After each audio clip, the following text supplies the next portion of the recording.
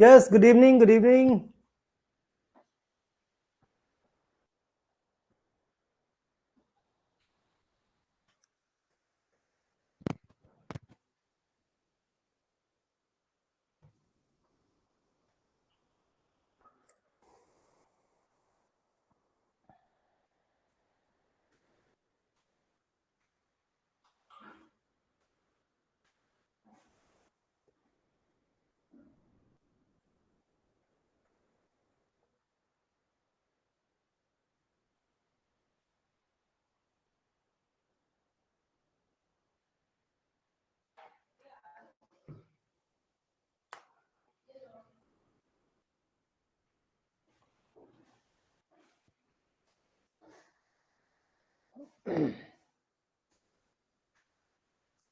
चलो भाई, स्टार्ट की जाए क्लास। गुड।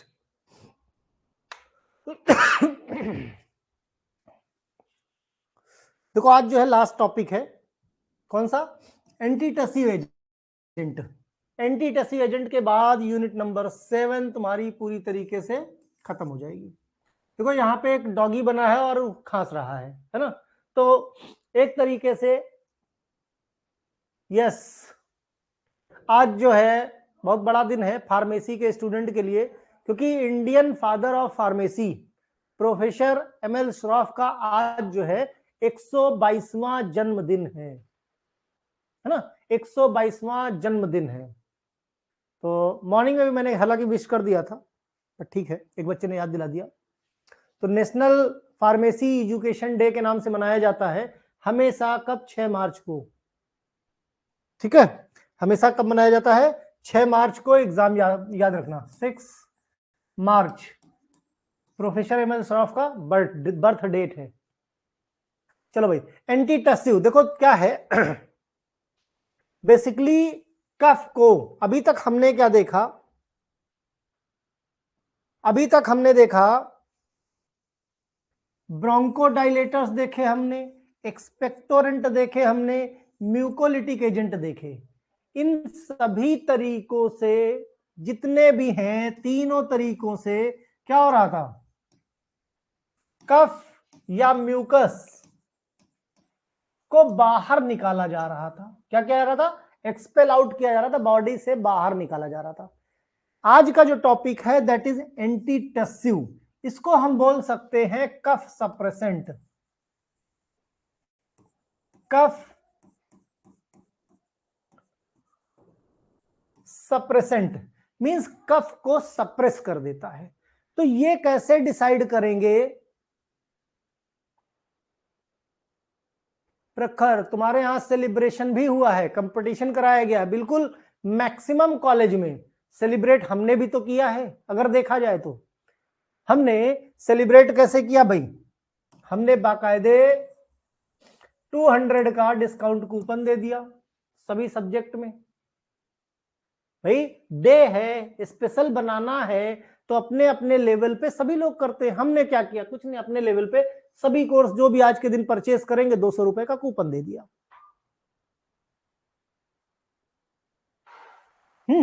यस, ठीक है। अब देखो ध्यान से, अब किस कफ को सप्रेस करना चाहिए और किस कफ को बाहर निकाल देना चाहिए, ये कैसे पता चलेगा? भाई पॉइंट है, बड़ा पॉइंट है।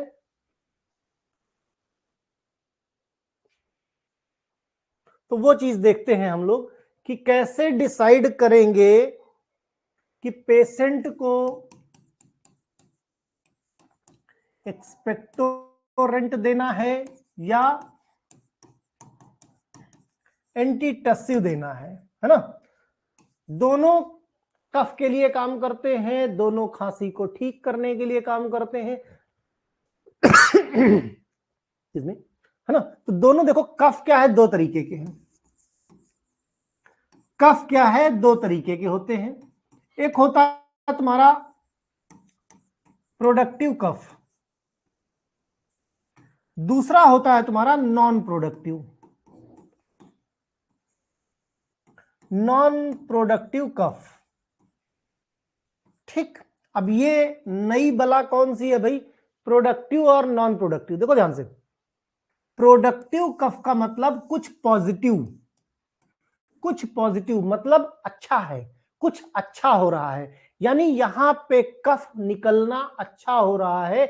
इट मींस ये क्या है, एक तरीके का हमारी बॉडी का डिफेंस मैकेनिज्म है। प्रोडक्टिव कफ का निकलना डिफेंस मैकेनिज्म है। मींस कोई एलर्जी हो गई है, उस एलर्जेंस को बाहर निकालना है। कोई पॉलन हमारी बॉडी के अंदर आ गया, उसको बाहर निकालना है।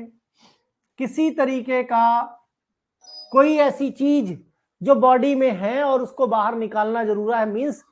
Means foreign particle, foreign particle की बात करें, कोई फॉरेन पार्टिकल इनके अंदर आ गया है तो उसको बाहर निकालना है ना। तो इन सब चीजों को ये अगर शरीर के अंदर रहेंगे तो शरीर को नुकसान पहुंचाएंगे, तो जाहिर सी बात है इनको बाहर निकालना जरूरी है। अब बाहर निकालने के लिए क्या होगा, इसके लिए हमारे शरीर का जो डिफेंस मैकेनिज्म है वो म्यूकस सिक्रीट करेगा, और वो जो म्यूकस कफ बनाएगा वो कैसा होगा, प्रोडक्टिव कफ होगा। मींस ये कफ जो निकल रहा है हमारी बॉडी को बचाने के लिए निकल रहा है, इसलिए प्रोडक्टिव कफ। ऐसे कफ को बाहर निकाल देना चाहिए, और ऐसा कफ जब बनता है तो उसको बोलते हैं एक्सपेक्टोरेंट। क्या बोलते हैं, एक्सपेक्टोरेंट बोलते हैं, या म्यूकोलिटिक एजेंट बोलते हैं, या ब्रोंकोडाइलेटर्स बोलते हैं। ठीक है, यस। और दूसरा होता है नॉन प्रोडक्टिव। अगर बॉडी में कभी किसी रीजन की वजह से इम्बैलेंस हो गया, इम्बैलेंस हो गया, इम्बैलेंस कैसे, जैसे आजकल हो रहा है। इम्बैलेंस कैसे, जैसे आजकल हो रहा है। आजकल क्या हो रहा भाई, कुछ नया हो रहा है क्या?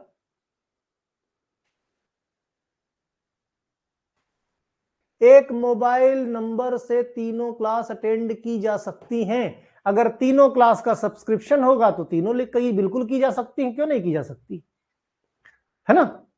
तीन क्या, अगर मैं 10 क्लास लूंगा तो 10 क्लास अटेंड की जा सकती है एक मोबाइल नंबर से, कोई दिक्कत नहीं। एक मोबाइल नंबर से तीनों क्लास परचेज कर सकते हो, ठीक है। खैर, यह सर्दी खांसी इम्बैलेंस मतलब मौसम में कोई इम्बैलेंस, जैसे मुझे हो गया। वो अलग बात है कि मैं चाहता तो एंटीटेसिव लेके इसको एक दिन में ठीक कर सकता था, लेकिन वो कफ जमा रह जाता। मुझे यह था कि बॉडी की क्लीनिंग जरूरी है साल में एक बार, जिनको अक्सर हो जाता है उनके लिए एंटीटेसिव ठीक है। तो इम्बैलेंस का मतलब किसी भी रीजन की वजह से सर्दी गर्मी हो गई, है ना, मुंह में कोई इंफेक्शन हो गया उसकी वजह से, तो कुल मिला के जो इम्बैलेंस वाला है वो नॉन प्रोडक्टिव कफ है। और ये कफ क्या है, अननेसेसरी, क्या जरूरत है निकालने की, तो ऐसे कफ को सप्रेस कर देने में कोई बुराई नहीं है। अब देखो, अगर ठीक है, फिर कहोगे सर जी अगर इसको अगर हम सप्रेस कर दे तो, भाई क्वेश्चन उठता है ना कि हमें देखना ही नहीं है, हम किसी भी कफ को सप्रेस क्यों ना कर दे, है ना। मींस चाहे प्रोडक्टिव हो चाहे नॉन प्रोडक्टिव कफ हो, हम सप्रेस कर डालेंगे। तो होगा क्या, अगर प्रोडक्टिव कफ को तुमने सप्रेस किया, दवा दी, तो सप्रेस तो हो जाएगा। लेकिन ये प्रोडक्टिव कफ किस लिए हो रहा था, कि बॉडी के अंदर कोई फॉरेन पार्टिकल आ गया उसको बाहर करने के लिए, बॉडी के अंदर कोई एलर्जेंस आ गया, कोई पॉलेंस आ गया है, या किसी तरह के डिफेंस मैकेनिज्म के लिए प्रोडक्टिव कफ इस्तेमाल हो रहा है। मींस बॉडी को जो चीजें नुकसान पहुंचा रही हैं उन चीजों को दूर करने के लिए, बॉडी से निकालने के लिए प्रोडक्टिव कफ का इस्तेमाल हो रहा है। तुमने क्या किया, दवा दिया और उसको सप्रेस कर दिया, तो जो चीजें हैं वो बॉडी में ही इंट्रैप्ड रह गई। फिर जैसे ही भाई थोड़ी देर के लिए शांत हो जाएंगी, और जैसे ही इनको मौका मिला वैसे ही फिर ये एक्टिव हो जाएंगे, और जब फिर एक्टिव हो जाएंगे तो फिर से प्रोडक्टिव कफ बॉडी डिटेक्ट करेगी, अरे ये तो फॉरेन पार्टिकल है, ये कहां से रह गया यहाँ पे, है ना, और कहां से रह गया, और फिर से प्रोडक्टिव कफ शुरू हो जाएगा, फिर तुमको सर्दी हो गई, फिर तुमने एंटीटसिव लिया, फिर हफ्ते 10 दिन बाद फिर ये उठ खड़ा होगा, फिर तुमको, तो ये प्रोसेस चलता रहेगा। तो कभी भी पहले तो डॉक्टर के पास जाते हैं तो डॉक्टर को पता चल जाता है, एक्सपीरियंस होता है, या डॉक्टर टेस्ट कर लेता है। प्रोडक्टिव कफ इसीलिए कहता है ना डॉक्टर तेजी तेजी से सांस लो, तेजी से सांस लो। स्टेथोस्कोप पीठ पे रख के देखता है, जगह जगह रख के देखता है, उससे उसको अंदाजा लग जाता है कि कफ प्रोडक्टिव है कि नॉन प्रोडक्टिव है, और उसी के थ्रू तहत वो फिर आगे दवाएं देता है कि तुमको एक्सपेक्टोरेंट चाहिए कि तुमको एंटीटसिव चाहिए, राइट। इसीलिए कई बार इसको सूखी खांसी भी बोलते हैं या काली खांसी भी बोलते हैं। इसीलिए हमने यहां पे कुत्ते का फिगर लगाया कि कुछ लोग खांसना शुरू करते हैं तो लगता है जैसे मतलब बहुत कटीली सी आवाज निकलती है ना, नॉन प्रोडक्टिव कफ के साथ। और ऐसे कफ को दबा देने में, देखो अगर इसको बाहर निकालोगे तो भी कोई दिक्कत नहीं, सर्दी खांसी बनी है, लेकिन अगर इसको दबा दोगे तो दिक्कत नहीं। क्यों? क्योंकि ये फालतू का निकल रहा है कफ, प्रोडक्टिव को नहीं दबाया जाता है क्योंकि ये बॉडी के डिफेंस मैकेनिज्म के लिए है। क्लियर है? I hope productive cough, non productive cough clear हो गया होगा। क्लियर?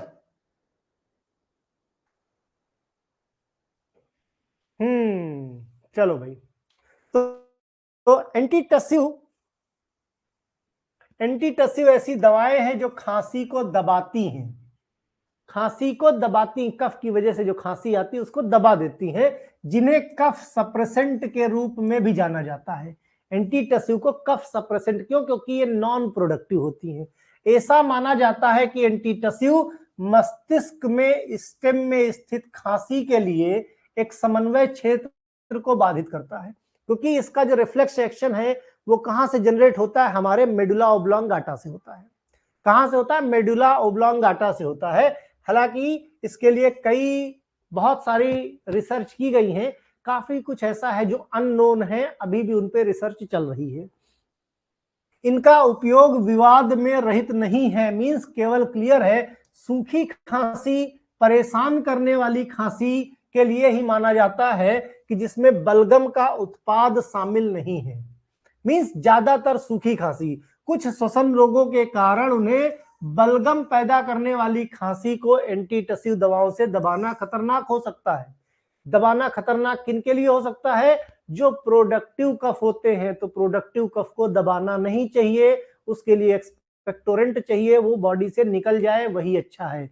अदरवाइज होगा क्या? जो बॉडी में जिस बीमारी को, जिस समस्या को बाहर निकालने के लिए कफ का प्रोडक्शन हो रहा है, वो समस्या एज इट इज बनी हुई है और आपने कफ को दबा दिया, तो फिर वो जो समस्या है वो और बड़ा रूप ले सकती है ना। तो इसीलिए ये चुनाव करना जरूरी है कि उसको दबाना चाहिए या बढ़ाना चाहिए। एंटीटसिव, जिसको कफ सप्रेसेंट और drug that inhibit the coughing भी बोलते हैं। Antitussive are the medicine that suppress coughing, also known as cough suppressant. ठीक है। Antitussive are do to work by inhibiting the coordinating region for cuffing located in the brain stem, disrupting the cuff reflex arc. Definition की बात करें तो these are the drugs that act on the central nervous system. ये सारी drugs central nervous system acting drugs हैं, हमारी CNS से related है। Raise the threshold of the cough centre और act the periphery in the respiratory tract to reduce the tussal impulse. जो tussal impulse है, इसी की वजह से खांसी आती है और इसी की वजह से टश्यू उलझना, है ना, जो कफ है हमारी ब्रोंकाई वगैरह में उलझ जाता है, जिसकी वजह से जब हम सांस लेते हैं तो सांस लेने वाली जो जगहें हैं वहां पे क्या है? कफ उलझा हुआ है। और जब सांस लेते हैं तो सांस के साथ ऊपर नीचे वो घूमता रहता है कफ, जिसकी वजह से व्हीजिंग साउंड आता है। जब सर्दी हो जाती है कफ वाली तो देखो क्या है, जब लोग सांस लेते हैं तो अजीब सी घरघराहट के साथ सांस आती है, एक अजीब सी आवाज आती है जिसको हम बोलते हैं व्हीजिंग साउंड आ रहा है। वो सांस के साथ कफ ऊपर नीचे घूमता है, जिसकी वजह से जब सांस लेने में अटकने लगता है तो बॉडी का डिफेंस मैकेनिज्म, बॉडी जैसे हमारे लंग्स क्या फोर्सफुली फिर सांस लेने की कोशिश करते हैं और खांसी आ जाती है। खांसी के टाइम पे आपके लंग्स, ध्यान से देखो, आपको डीप ब्रीदिंग होती है जब आपको खांसी आती है तो ध्यान दो, है ना, डीप ब्रीदिंग होती है ना। तो खांसी भी एक तरह का डिफेंस मैकेनिज्म है। बहुत सारे लोग क्या है, मुंह दबा के खांस देते हैं। अरे खांसी है, खांसो अच्छे से, जो चीज डिफेंस के लिए है, जरूरी है, जो निकलना वो निकल जाने दो।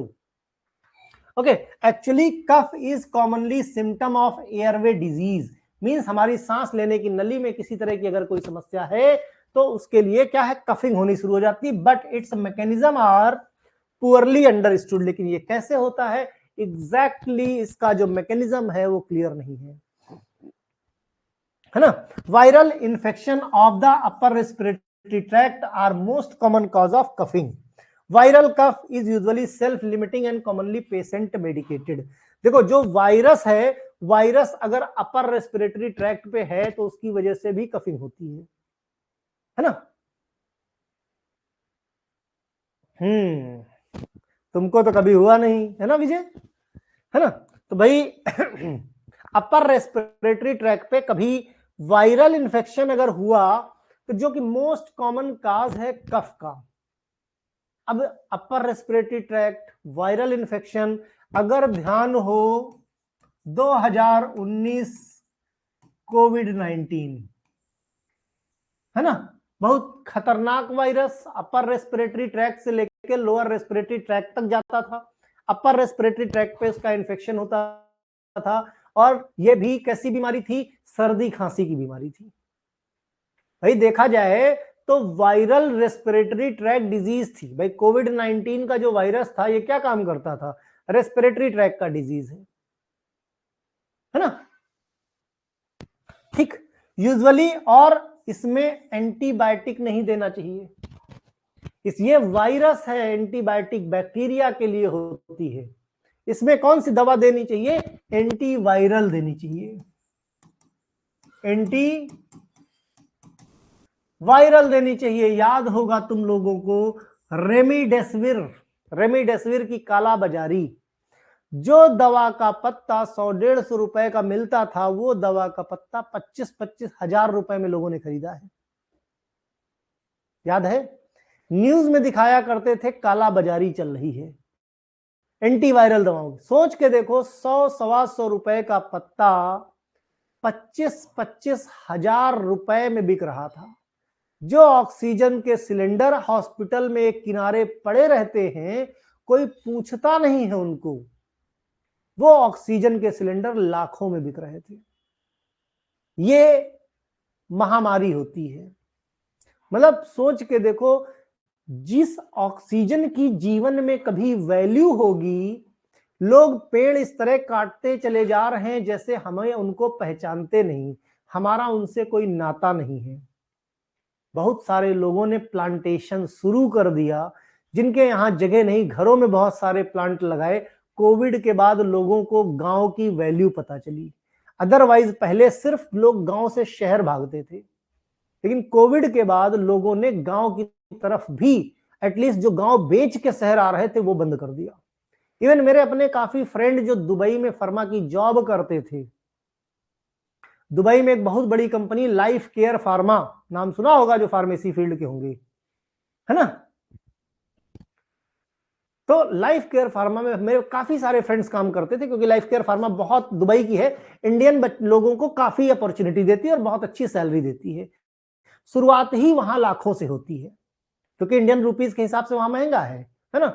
लेकिन कोविड के टाइम पे वो लोग सोच के देखो, मतलब गवर्नमेंट की मदद से आ पाए, और जिनकी 2.5-3-4 लाख रुपए मंथली सैलरी थी, उन्होंने भी हिम्मत नहीं किया वापस जाने का, और आज यही है, यही की कंपनियों में काम कर रहे हैं। तो ये कोविड-19 का असर था, है ना।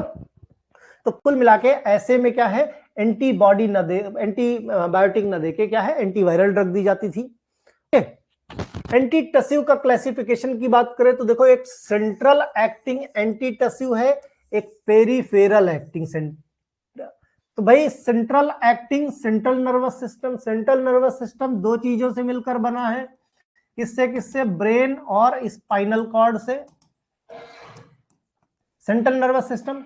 और जो तुम्हारा दूसरा पेरीफेरल नर्वस सिस्टम है उसी को हम ऑटोनॉमिक नर्वस सिस्टम भी बोलते हैं, है ना। अगर हम पेरीफेरल नर्वस सिस्टम की बात करें, पीएनएस दो चीजों से मिलकर बना है, ऑटोनॉमिक नर्वस सिस्टम और somatic nervous system. Autonomic nervous system वो सिस्टम है जो इनवॉलेंट्री है,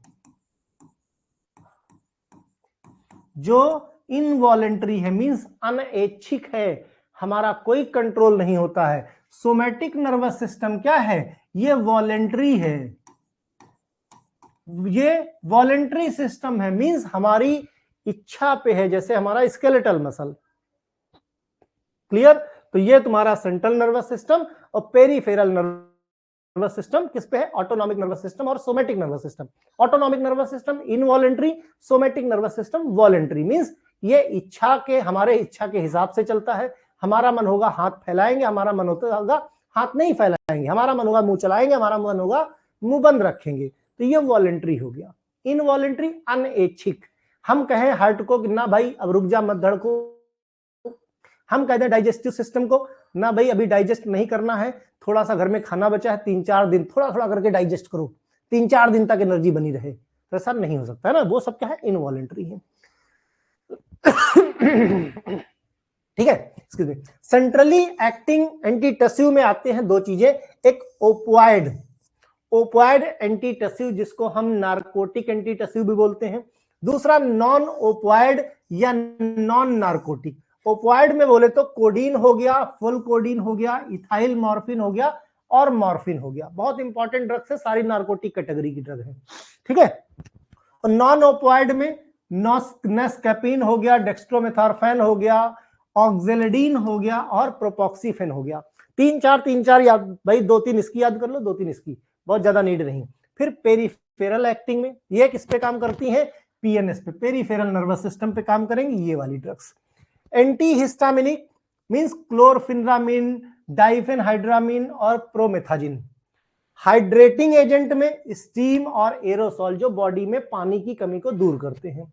मिसलेनियस की बात करें तो ब्रोमहेक्सिन, ये क्या है, ये सारे एंटीटसिव एजेंट की तरह काम करते हैं। किस तरीके से होता है भाई, कफ रिसेप्टर कहां पे होते हैं, हमारी ब्रोंकियल ट्री जो है, जो हमारा ब्रोंकियल ट्री है, रेस्पिरेटरी ट्रैक का जो ट्री है, जो ट्रैकिया से है ना, ब्रोंकाई से, ब्रोंकस से, ब्रोंकियोल से मिलकर बना है, उस पे जो म्यूकस की ग्लैंड्स होती हैं, उस म्यूकस की ग्लैंड पे कफ रिसेप्टर होता है, कफ रिसेप्टर होता है, जो जिसके पास इंपल्स आता है मेडुला ओब्लॉन्गाटा से।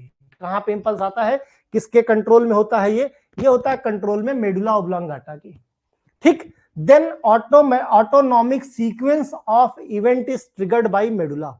अब ऑटोनॉमिक भाई पेरीफेरल नर्वस सिस्टम है, पेरीफेरल नर्वस सिस्टम में क्या है, इनवॉलेंट्री एक्शन है। इनवॉलेंट्री एक्शन मींस अपने आप, हम कहें ना भाई अभी हमको मीटिंग देनी है, हमको क्लास लेनी है, अभी म्यूकस का सिक्रीशन ना करो, क्या हो सकता है क्या, जिसको सर्दी उसकी नाक बहती रहेगी और वो करते रहो, क्यों, क्योंकि ये इनवॉलेंट्री है, ये हमारी इच्छा पे नहीं है, मेडुला ऑब्लॉन्गाटा कंट्रोल कर रहा है उसको, है ना। ठीक है। Then the autonomic sequence of event is triggered by medulla causing certain effect, जैसे खांसी आ सकती है, सर्दी हो सकती है, नाक निकल सकती है। ठीक, क्लियर है ना। तो ये क्या हुए, ये है क्लासिफिकेशन का पार्ट। क्लासिफिकेशन के चार्ट बना लेना, मैं कुछ दिन में कुछ इंपॉर्टेंट क्लासेस बताऊंगा, इवन इस मंथ के एंड में या अप्रैल के फर्स्ट वीक में, 1 अप्रैल होता ना, कहते हैं ना 1 अप्रैल वो उल्लू बनाने वाला दिन, तो 1 अप्रैल को मैं एक मॉडल पेपर दूंगा तुम लोगों को, इवन उस मॉडल पेपर को यहां डिस्कस भी करेंगे। उस मॉडल पेपर को तुम जितने हो सबको सॉल्व करना है, किसी एक के लिए नहीं है, वो सब के लिए है, सबको सॉल्व करना है। वो मॉडल पेपर तुम्हारे एग्जाम में बहुत मदद करेगा, एग्जाम में बहुत मदद करेगा। मींस हमारे मैजिकल मॉडल पेपर से पहले तुमको वो मॉडल पेपर सॉल्व करना है, और वो मॉडल पेपर जिसने सॉल्व कर लिया वो कभी नहीं फेल होगा, वो कभी नहीं फेल होगा। और मैजिकल मॉडल पेपर जिसने कर लिया वो अच्छा हाई रैंक लेके आएगा। क्लियर है? ठीक है, तो उसी बेस पे मैं बना रहा हूं। यस, तो फिर एंटीटसिव में बात करते हैं भाई किस तरीके से काम करते हैं। Opioid derivative, opiate means papaver somniferum, और अगर ध्यान हो ओपियोइड एनाल्जेसिक बताया था। ओपियोइड एनाल्जेसिक में मैंने क्या बताया था, म्यू और kappa receptor, mu receptor kappa receptor.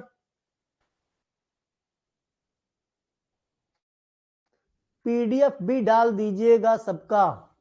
देव बहादुर किसका, सबके। तो कौन सा ऐसा टॉपिक है जिसका पीडीएफ नहीं मिलता, बताओ भाई। एक्सक्यूज मी, है कोई ऐसा टॉपिक है क्या जिसका पीडीएफ है? अब तो मैं लेक्चर वाइज पीडीएफ अपलोड कर देता हूं मॉर्निंग में, मिलता है ना सबके पीडीएफ?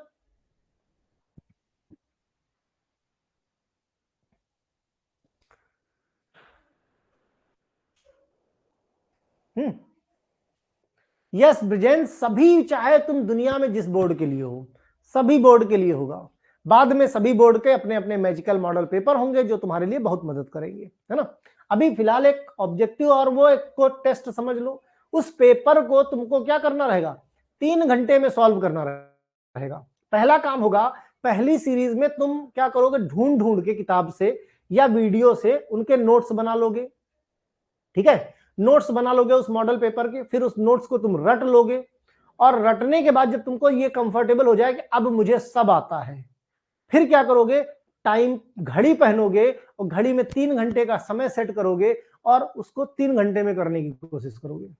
पहली बार में हो सकता है तुमसे 5 घंटे में हो। शर्त सिर्फ यही रहेगी कि सिंगल सिटिंग में करना है। भाई पेपर एक ही बार देते हो कि नहीं बैठ के, सिंगल सिटिंग। बाकी जब मैं दूंगा तो डिटेल बता दूंगा। Opioid derivative, opiate, papaver somniferum, फेरस, म्यू, कप्पा, डेल्टा रिसेप्टर के बारे में ऑलरेडी डिस्कस कर चुके हैं। ये कफ रिसेप्टर्स होते हैं, यहां पे ज्यादा कुछ बात करने की जरूरत नहीं है। ओपियोइड डेरिवेटिव में कोडीन और फुलकोडीन commonly used derivative in the post viral cough, but they produce side effect like sedation and constipation. तो कोडीन और फुलकोडीन जब किसी को post viral means viral infection के बाद अगर कफ होता है ना, तो फिर क्या करते हैं, कोडीन या फुलकोडीन देते हैं। लेकिन इसके एक साइड इफेक्ट है कि ये दवा देने के बाद नींद आती है और कॉन्स्टिपेशन यानी टाइट मोशन हो जाते हैं। मॉर्फिन एंड मेथाडोन की बात करें, ओके, मॉर्फिन एंड मेथाडोन की बात करें, are the effective but indicated only the intractable cough associated bronchial carcinoma. अगर किसी को ब्रोंकियल कार्सिनोमा हो गया है, मींस कैंसर हो गया है कह सकते हो, है ना, लंग्स का कैंसर हो गया है, तो उनको भी म्यूकस का सिक्रीशन खूब होता है और उसके साथ साथ पेन भी होता है। तो मॉर्फिन और मेथाडोन देते हैं दवा, ये पेन रिलीवर का भी काम करते हैं, पेन भी पेशेंट का कम करेंगे, और साथ ही साथ ये क्या करते हैं, एंटी टसिव एजेंट की तरह भी काम करते हैं, मींस उनके कफ को भी दबाने में मदद करते हैं। अनुज प्रताप चौधरी, यूट्यूब पे रेगुलर क्लास नहीं चलता है, राइट, रेगुलर क्लास यूट्यूब पे नहीं चलता है। अभी फिलहाल अल्टरनेट क्लासेस चल रही हैं, और वैसे भी एग्जिट एग्जाम या गवर्नमेंट फार्मासिस्ट की एग्जाम की कंप्लीट तैयारी यूट्यूब पे पॉसिबल ही नहीं है। ओके, नेक्स्ट है codeine. Codeine is the natural isomer of methylated morphine. याद रहे कोडीन कहां से बना है, मॉर्फिन का अगर मिथाइलेशन कर दो, यानी मॉर्फिन के स्ट्रक्चर में मिथाइल ग्रुप लगा दो, तो क्या हो जाएगा, कोडीन हो जाएगा। किस पोजीशन पे, थर्ड पोजीशन पे। इसीलिए कोडीन को क्या बोलते हैं, 3 मिथाइल मॉर्फिन, यानी मॉर्फिन के तीसरी पोजीशन पे अगर मिथाइल ग्रुप लगा दिया है, ठीक है,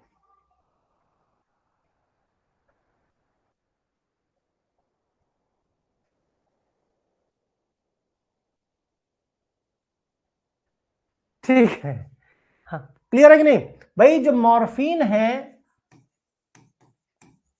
मॉर्फिन, इस मॉर्फिन की थर्ड पोजीशन पे, इस मॉर्फिन की थर्ड पोजीशन पे मिथाइल ग्रुप लगा दो। याद रहे, इसलिए बार बार कह रहा हूं, कि एमसीक्यू में क्वेश्चन पूछा जाता है कि जो कोडीन है उससे क्या बोलते हैं, तो कई बार मिथाइलेटेड प्रोडक्ट ऑफ मॉर्फिन लिख देते हैं, तो तुमको टिक करना पड़ेगा मिथाइलेटेड प्रोडक्ट ऑफ मॉर्फिन, है ना।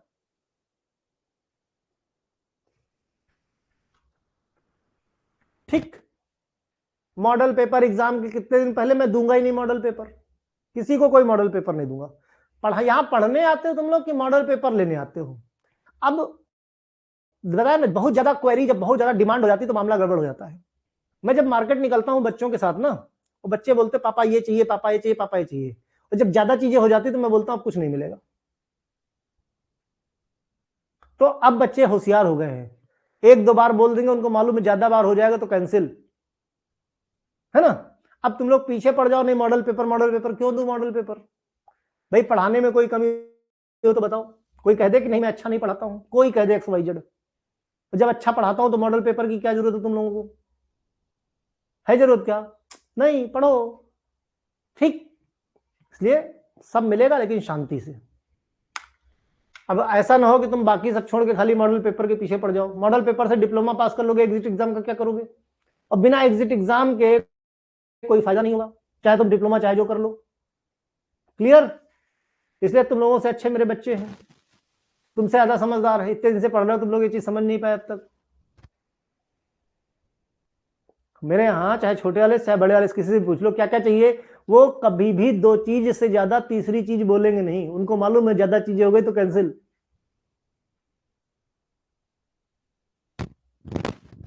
ठीक है, चलो खैर, ओके। तो अगर कभी पूछा जाए कि कोडीन क्या है, तो मिथाइलेटेड प्रोडक्ट है मॉर्फिन का, राइट। और उसका दूसरा नाम क्या है, 3 मिथाइल मॉर्फिन या मिथाइल मॉर्फिन। तो कोडीन की जगह अगर कहीं मिथाइल मॉर्फिन लिखा है तो तुम्हें टिक कर देना है, यही दूसरा नाम है कोडीन का। बार बार इसलिए बोला क्योंकि ये पिछले साल और पिछले के पिछले साल 2 बार पूछा जा चुका है। इंडिकेशन की बात करें, इंडिकेशन मतलब कब दवा दे सकते हो, तो जाहिर सी बात है किसी को कफ एंड कोल्ड हो, माइल्ड या मॉडरेट पेन हो, क्योंकि ये जो दवाएं हैं, जितनी भी नार्कोटिक कैटेगरी की दवाएं हैं, वो सारी की सारी दवाएं क्या काम करती हैं, वो पेन किलर का भी काम करती है और एंटीटसिव का भी काम करती हैं। तो किसी की बॉडी में माइल्ड टू मॉडरेट पेन है उनको भी दिया जा सकता है, किसी को डायरिया हो गया है उसको भी दे सकते हो। डायरिया हो गया तो क्यों दे सकते हो भाई, है ना। तो डायरिया इसलिए क्योंकि साइड इफेक्ट भी कभी कभी दवा का काम कर जाता है। तो कोडीन, मॉर्फिन या जितनी भी दवाएं नार्कोटिक कैटेगरी की हैं, वो सारी दवाओं के साइड इफेक्ट होते हैं कॉन्स्टिपेशन। अब साइड इफेक्ट है, लेकिन किसी पेशेंट को अगर डायरिया है तो उस पेशेंट को ये साइड इफेक्ट भी काम आ जाएगा, उस पेशेंट को ये साइड इफेक्ट भी काम आ जाएगा, है ना। नार्कोलेप्सी, इरिटेबल बाउल सिंड्रोम, याद करो भाई, IBS पढ़ा है फार्माकोथेरेपेटिक्स में, बाकायदे इसकी पैथोफिजियोलॉजी, इटियोजेनेसिस सब कुछ पढ़ रखा ना। तो इसमें भी हम एंटीटसिव एजेंट दे सकते हैं। डोज 10 से 30 mg बच्चों के लिए, 30 से 60 mg दिन में 4 बार बड़ों के लिए, और अगर नेसेसरी है, बहुत जरूरत है, तो मैक्सिमम एक दिन में 240 mg से ज्यादा किसी को नहीं देनी है। कॉन्ट्रा इंडिकेशन कब नहीं देनी, अगर किसी को सांस लेने में दिक्कत हो रही है तो उसे नहीं देनी।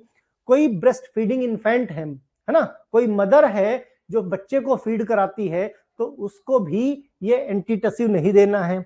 ठीक है, अगर किसी को सर्जरी हुई है, किसी के दांत में सर्जरी है, तो भी एंटीटसिव नहीं देने हैं। फुल कोडीन की बात करें, मॉर्फिन डेरिवेटिव है जिसको बोलते हैं 2 मॉर्फोलीन इथाइल ग्रुप सब्स्टिट्यूटेड, ये भी 3rd पोजीशन पे है ना। तो ये ज्यादा पूछते नहीं है, इसलिए इसके बारे में ज्यादा डिस्कशन नहीं करेंगे हम। नॉन ओपियोइड डेरिवेटिव में डेक्स्ट्रोमेथॉर्फेन के बारे में कई बार पूछा जाता है ना। तो एंटीटसिव पूछे तो एक तुम्हें एक्सप्लेन कर देना है कोडीन, मॉर्फिन, और एक नॉन ओपियोइड में डेक्स्ट्रोमेथॉर्फेन, है ना। ये 3 ड्रग तुमको जो है एक्सप्लेन करनी है।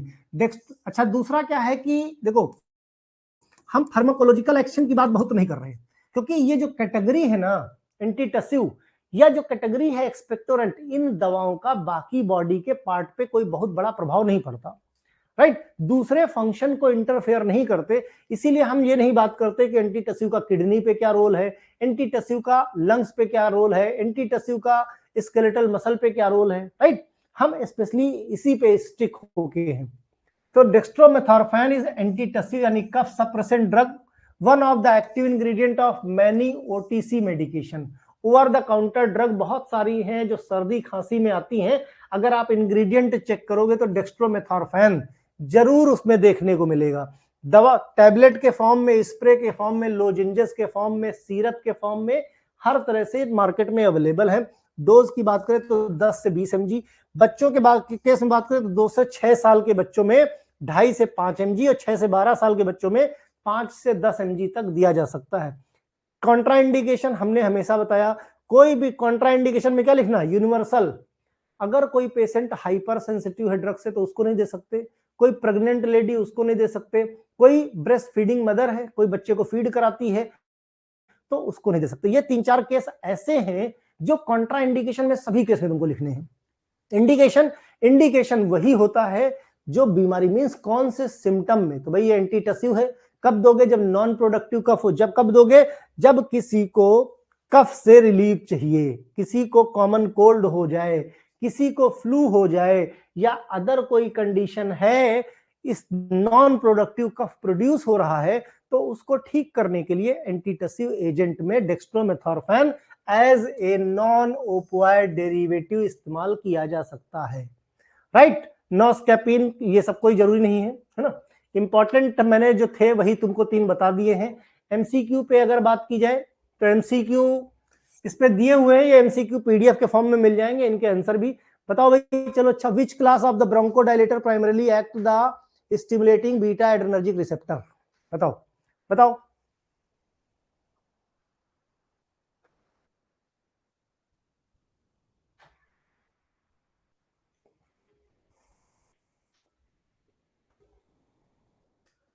शंकर बर्मन, डायरिया टॉपिक फिर से समझाया जाए तो डायरिया टॉपिक कहां समझाया जाएगा, फार्माकोथेरेपेटिक्स, है ना। Bronchodilator primarily act stimulating beta adrenergic receptor. अब बताओ, मार दिया जाए कि छोड़ दिया जाए, है? बच्चे एंटीकोलिनर्जिक बता रहे हैं, अरे भाई बीटा की बात की जा रही, बीटा और साथ में एड्रेनर्जिक लगा है, तुमको मालूम होना चाहिए एड्रेनर्जिक सिस्टम जो है वो सिंपैथेटिक सिस्टम है, सिंपैथोमाइमेटिक, और एंटीकोलिनर्जिक कोलिनर्जिक सिस्टम है, पैरासिंपैथेटिक। दोनों सिस्टम ही अलग है, तो ये तो हो ही नहीं सकता। कॉर्टिकोस्टेरॉइड भी नहीं, सीधा बताया गया ना, बीटा एड्रेनर्जिक रिसेप्टर पे कौन, बीटा ड्रग्स काम करेंगी, बीटा ड्रग्स। और बीटा ड्रग्स कौन से होंगे, जो बीटा एगोनिस्ट होंगे, बीटा रिसेप्टर पे बीटा एगोनिस्ट ही तो काम करेंगे। Next, the main mechanism of action anticholinergic bronchodilators involve, बताओ भाई। क्वेश्चन को ध्यान से पढ़ो, क्वेश्चन को ध्यान से पढ़ो।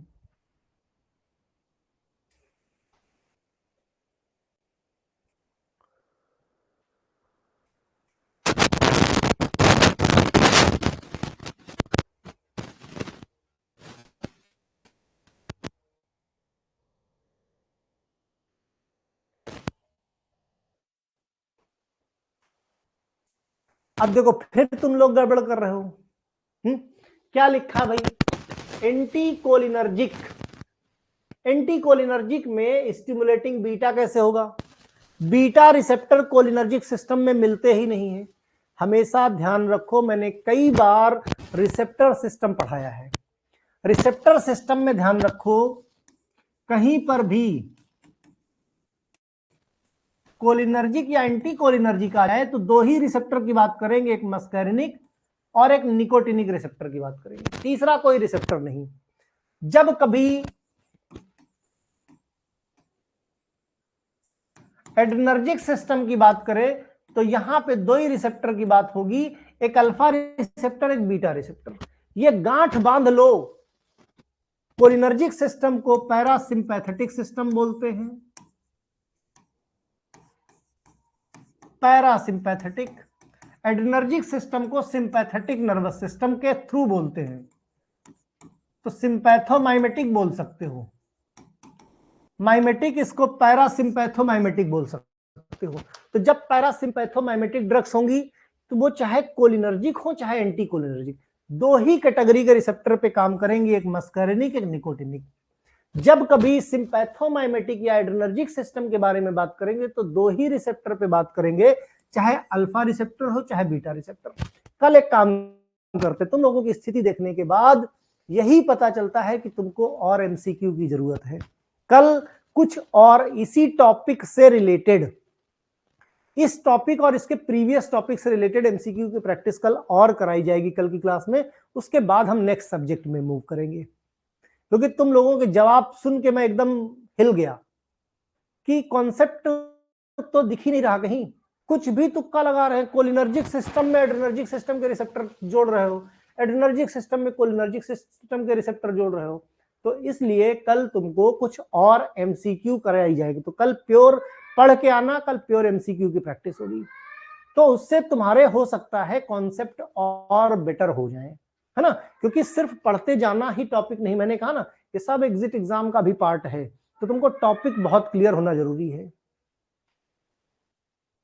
क्लियर? चलो भाई, पढ़ते रहो, दोस्तों को शेयर करते रहो, और दोस्तों में सबसे ज्यादा जूनियर्स को। मैंने सबसे पहले कहा कि जूनियर्स तुम्हारे बहुत कम जुड़े हैं हमसे।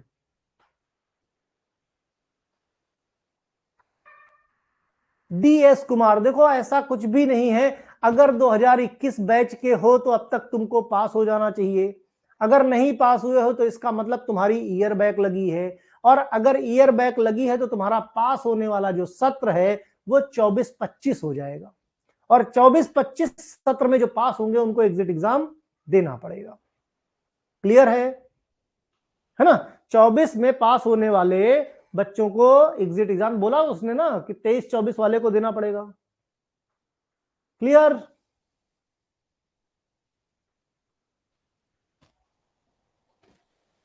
चलो भाई, बाय बाय।